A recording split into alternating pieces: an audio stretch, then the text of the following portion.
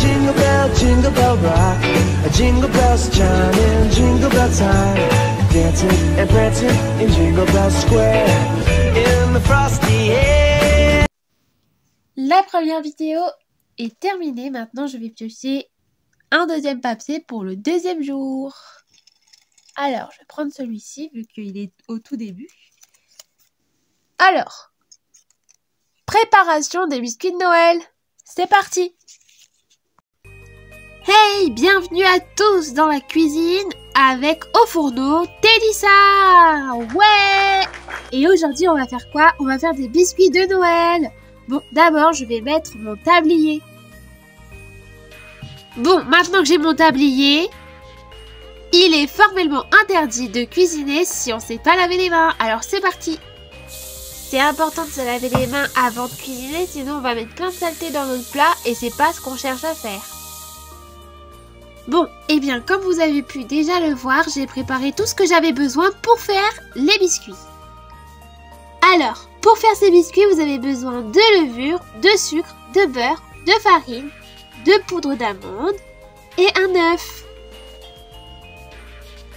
Alors, la première chose que je vais faire, c'est que je vais mélanger 250 g de farine.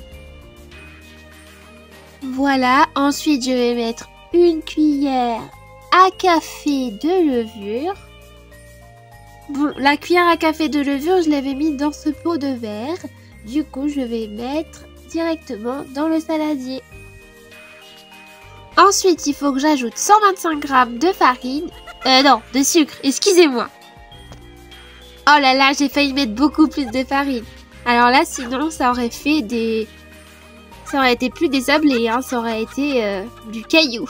Bon, allez, le sucre. Et maintenant, c'est parti pour mettre la poudre d'amande. Bon, et bien maintenant, il faut bien mélanger avec le fouet. Bien mélanger. C'est l'heure de bien mélanger. Allez, on va faire des petits biscuits de Noël. Ouh, fa la la la la la la la la. Ouh, fa la la la la la la la la. Bon, ensuite il faut terminer de faire le travail avec les mains. Je vais assaisonner que avec de la cannelle, donc je vais faire qu'une boule. Allez, c'est parti, on ajoute la cannelle. Bon, et bien maintenant, il faut bien étaler la pâte avec un rouleau à pâtisserie. Donc il faut faire dans les deux sens, donc horizontalement et aussi verticalement. Maintenant, avec la pâte, il faut découper des petites formes. Donc soit vous découpez des petits sapins, soit vous découpez des bonhommes de neige, des pères Noël, plein d'autres trucs en rapport avec Noël bien sûr. Et voilà, mes différentes pâtes sont prêtes. Alors moi j'ai fait des bonhommes en pain d'épices, j'ai aussi fait des sapins, des lunes aussi, un cœur et j'ai également fait des étoiles. Maintenant, pour bien que mes biscuits soient dorés, eh bien je vais ajouter un œuf, donc je vais mettre du jaune d'œuf par-dessus. Oh mince, je crois que j'ai oublié de vous dire que dans la pâte, j'ai rajouté du beurre et aussi l'œuf. Parce que si je rajoute pas le beurre, donc c'est-à-dire que j'ai rajouté 100 g de beurre et j'ai aussi ajouté un œuf. J'avais complètement oublié de vous le dire ça.